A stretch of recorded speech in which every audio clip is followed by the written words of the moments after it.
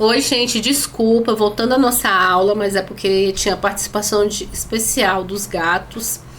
E gatos, para quem é criador de gato, que é gateiro que nem eu, sabe como é que é, né? Eles é que mandam. Então, voltando aqui à nossa aula, né? Vamos falar aqui um pouco sobre a escrita criativa. Vocês lembram que eu tinha comentado antes, né? Agora eu não me lembro qual foi a técnica, mas a escrita criativa, ela vai trabalhar a ordenação de temas, interação entre o campo simbólico de imagens e palavras, fluências de comunicação, diálogo silencioso entre fragmentos de si mesmo, escritas geradoras de imagens plásticas, documentário de afetos, escrever para compreender, simplicidade operacional, acesso gradual de conteúdos inconscientes, escrita como um desenho de sons internos e externos e desbloqueio criativo. Eu não sei vocês, assim, eu pra falar a verdade, eu não tenho muito esse costume não, mas eu já tentei diversas vezes, né, de ter um diário. Como eu sou uma moça da década que viveu a década de 90, eu vivi muito o meu momento de agenda. A agenda ela pode ser considerada como escrita criativa, né? Eu pegava tudo que era besteira, colocava balinha, sabe, bilhetinho, escrevia frase, colocava as bandas de rock que eu gostava, sabe? Colocava poesia, colocava as coisas que eu tava sentindo, coisas próprias minhas.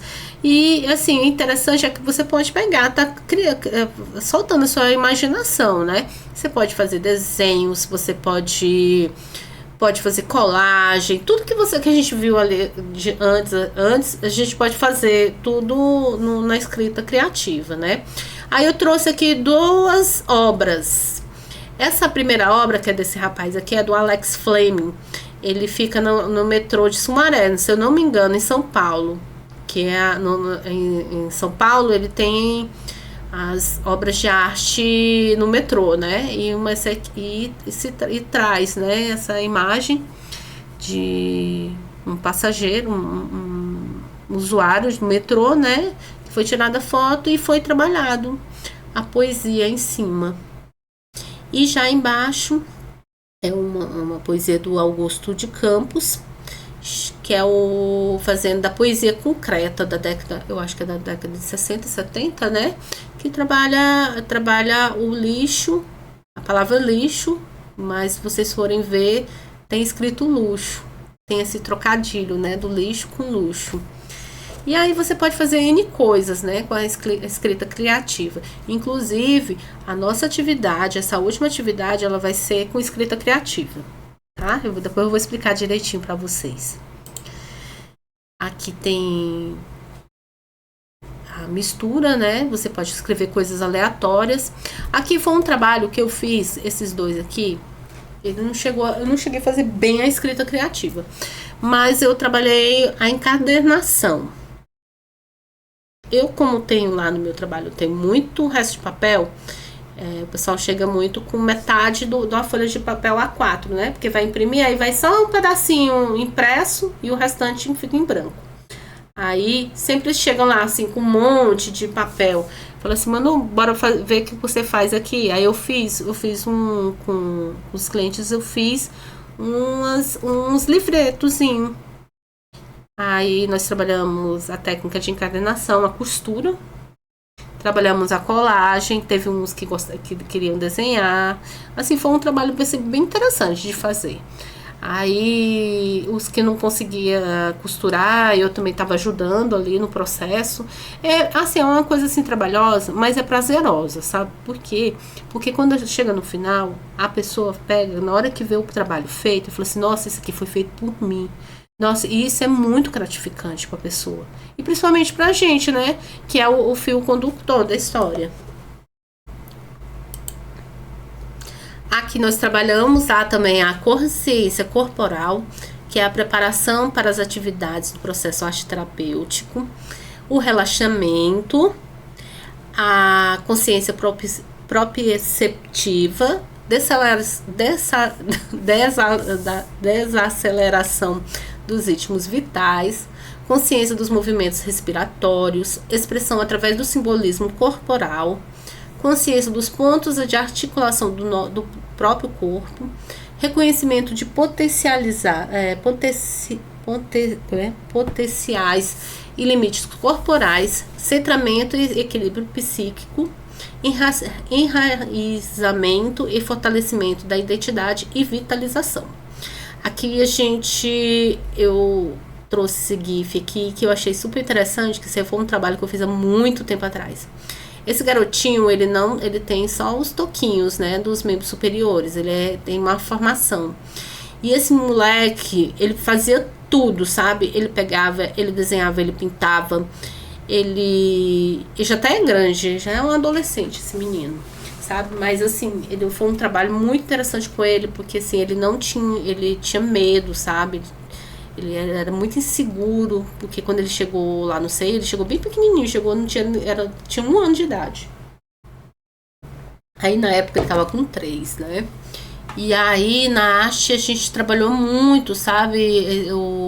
Trabalhou muito essa parte sensorial dele, trabalhar o tato dos pés.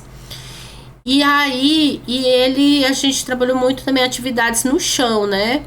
Para ele poder ter essa consciência. Nós pegamos com esse papel, aí eles ficaram deitados, aí nós riscamos o corpo todinho, e nessa riscando, depois eles iam pintar, às vezes também tem uns trabalhos que a gente faz desse aí de consciência corporal, que a gente trabalha junto também com os pais, para poder ter essa interação, né?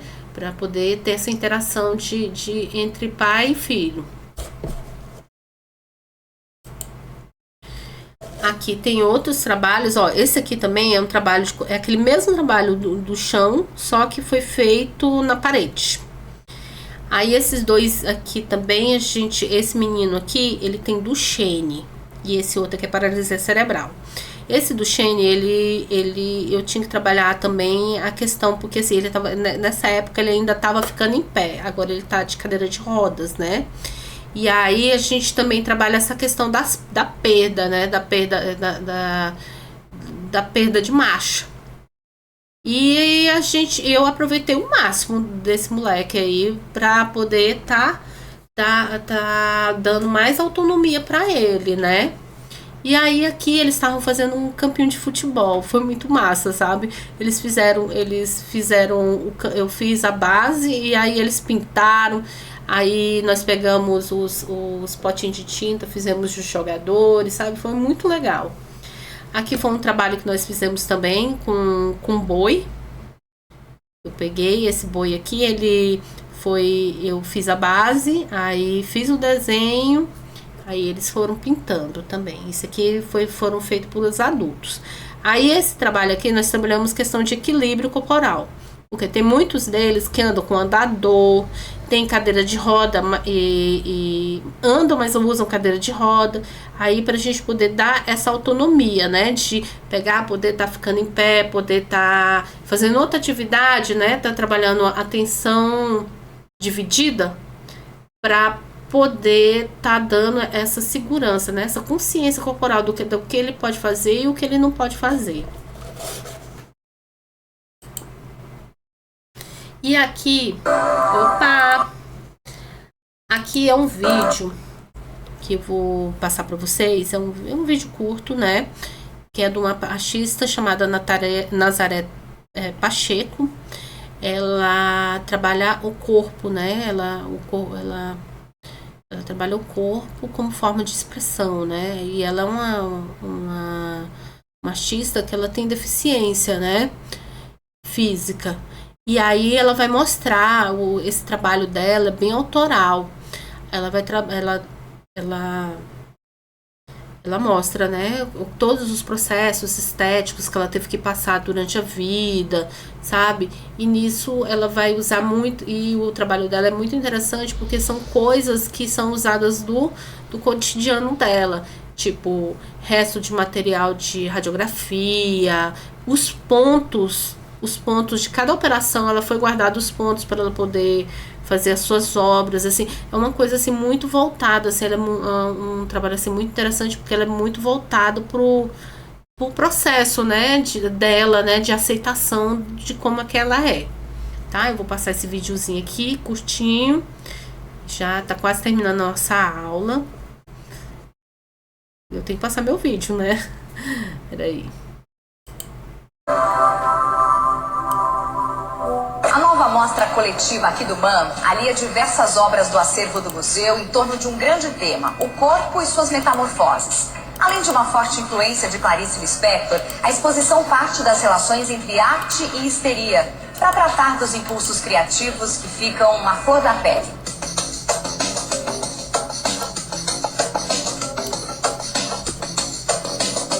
Meu trabalho, desde o início da carreira, ele lida muito com a questão do corpo. Eu nasci com problema congênito e passei por várias cirurgias de construção e reconstrução do corpo. Então, na primeira obra, eu mostro a reconstrução do lado leporino. Então, eu fui pegar justamente cirurgia do pé, cirurgia da mão, várias coisas ligadas à parte estética e à parte cirúrgica.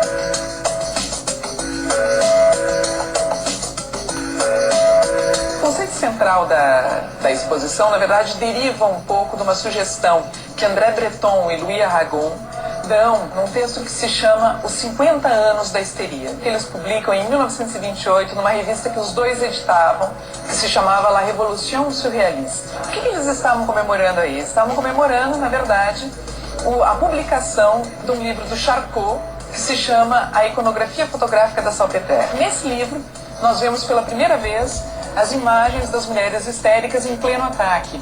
E o que nós vemos nessas fotos? Nós vemos um corpo convulsivo, um corpo contorcido, ou seja, um corpo que se torce de uma maneira que não é de acordo com os padrões com os quais nós estamos acostumados, né? E o que isso significa para os surrealistas? Significa que eles estavam diante de um corpo livre, que se comece a pensar que o impulso que estaria na base da arte seria um impulso histérico.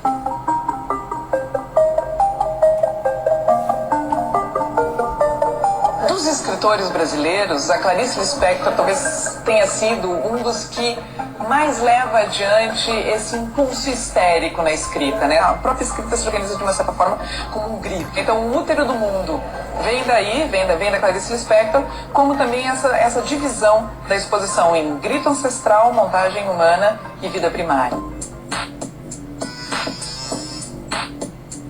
Num determinado momento da minha carreira, eu comecei a trabalhar com objetos que eu tinha uma certa negação, que eram objetos de perfuração e de cortes. E esse foi o primeiro vestido que eu fiz, que eu utilizava a gilete e os cristais. Então é um objeto extremamente sedutor, que você tem o desejo de utilizar, mas quando você chega perto, você percebe que ele não é possível ser utilizado. Você precisa estar bonita, você precisa estar dentro de certos conceitos, e não importa se você está se cortando, se você está se mutilando, o corpo sempre acima de tudo. Enquanto eu estava fazendo a pesquisa para essa exposição, eu acabei me dando conta de algumas recorrências, né? A primeira delas é que os livros que eu escolhi da Clarice Lispector para trabalhar são livros que coincidem com a época da ditadura, que nós não podemos esquecer que é um período em que nós temos um corpo torturado. Se a gente pega, por exemplo, e observa as obras do Juarez Magno, né, nós percebemos muito bem que a gente tem um corpo fragmentado, um corpo que perdeu a sua constituição, mas é um corpo que claramente está num pau de arara, por exemplo. Ou seja, a gente também pode entender, né, essa exposição dentro desse contexto, né, de um contexto que vem lá desde a Clarice até os dias de hoje.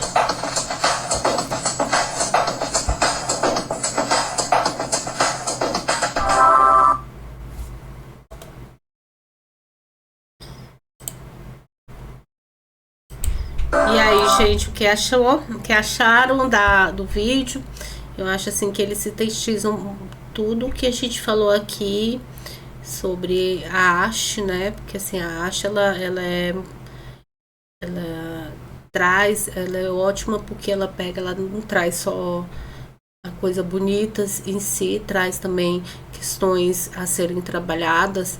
No caso aí da Nazaré Pacheco, que trouxe o corpo, né, como forma de expressão. Não são obras que são atraentes, mas ao mesmo tempo elas também causam repulsa, né? Que nem esse vestido dela de giletes. E assim, eu